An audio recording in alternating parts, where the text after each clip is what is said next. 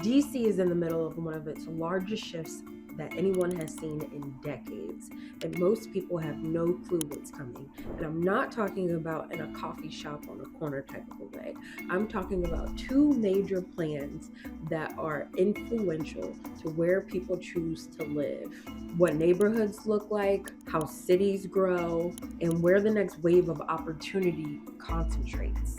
If you own in the district, or if you plan on owning in the district, this is something that is serious, and I need you to pay close attention if you're watching the city long term, because planning is policy and policy becomes price. Now let's get into it. Why this is happening now. Here's the context that you need before we even talk about the projects that are coming. DC is under pressure from multiple directions at the same time. Housing costs are high, and the median is sitting around $680,000 in the district. The city's goal is to build 36,000 new housing units by 2026. They only hit about 82% of the affordable housing goal. So yes, more units, but not enough of the kind that keeps the city livable and affordable for a wide range of residents, correct? At the same time, the city's leadership is forecasting serious financial constraints, including a projected $1 billion in revenue drop. Why, do you ask? This $1 billion in revenue drop is going to be over the next 4 years. It's tied to changes in federal employment and the way the downtown works now with remote work. And while that's happening, the population projections don't pause. The region is still expected to grow with residents and jobs by 2050. So you have a city that's trying to house more people with less traditional downtown demand and with less financial flexibility than before. That combination forces a complete reset, which brings us to the two major initiatives that I want to talk to you guys about. Before we go any further, and if you want DC updates that really tell you what's going on behind the scenes, then I need you to hit the subscribe button. It helps. To understand why DC is rewriting its plan, you have to understand what makes DC DC. Most people just think it's the skyline and the monuments. It's not. DC's buildings height limits come from the Height of a Building Act from 1910, which ties to the height and street width with maximums that generally cap out around 130 feet on commercial streets and 90 feet on residential streets. It's iconic, but it also means the downtown core basically maxed out terms of vertical density. So when people ask, why doesn't DC just build up? That's why. Then you layer in the zoning history of the district, urban renewal, lending discrimination, displacement patterns, and you get city where development has never been neutral. Exactly why the new plan plus equity front and center. DC is in the middle of one of its largest shifts that it has seen in decades, and most people have no clue what's coming. And I'm not talking about in a coffee shop on a corner type of a way.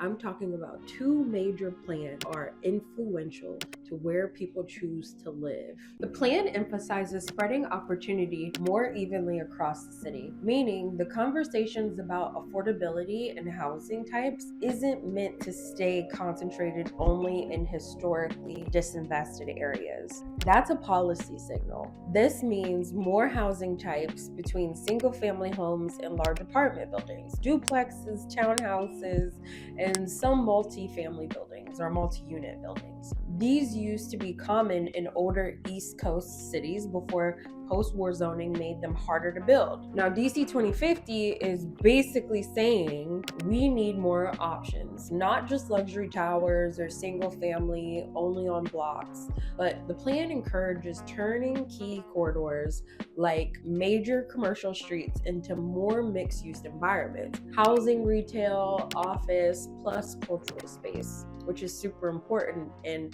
a very diverse city like the District of Columbia. It encourages consolidation in certain areas to support larger projects. So if you've been wondering why some of the corridors are suddenly being discussed differently, it's because planning is setting the stage. Now let's talk about RFK. because this one is massive. The redevelopment is being discussed, as is a $2.7 billion private investment, plus roughly $1.1 billion from the city, and the site is about 180 acres. Let that sit in. To give you perspective, the development footprint is described as multiple districts with housing, parks, retail, hotels, office space, and the stadium component discussed as a centerpiece. Now, I have been in the district for 10 years and also in South Florida, so I have seen some of this development already occur. The residential number being discussed is between 5,000 to 6,000 units, with at least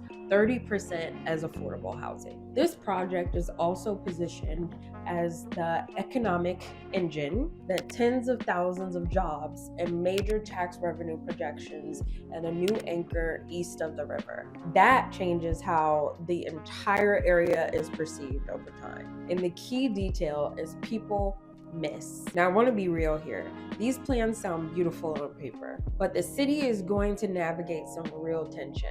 Pushing affordable housing into higher opportunity areas does not come without any kind of pushback. Rapid investment creates displacement and risk if protections are not already established, or at least to keep them in place. The city has financial constraints while simultaneously needing infrastructure upgrades. Transportation networks will be pressured as these districts grow. So yes, the new units, they matter, but timing matters too, because rents and prices can rise before the promise of supply is fully even online. And that part is what changes the strategy for buyers, owners, and renters. Here's how I would think about this depending on where you are in your journey. If you already own in DC, pay attention to transit corridors, future land use updates, and zoning changes that are connected to missing middle goals. These things can influence land use and buyer demand, sometimes before the neighborhood visually changes. Now, if you're buying, this is where research becomes leverage. The best buyers in DC are not just looking for what the neighborhood is today.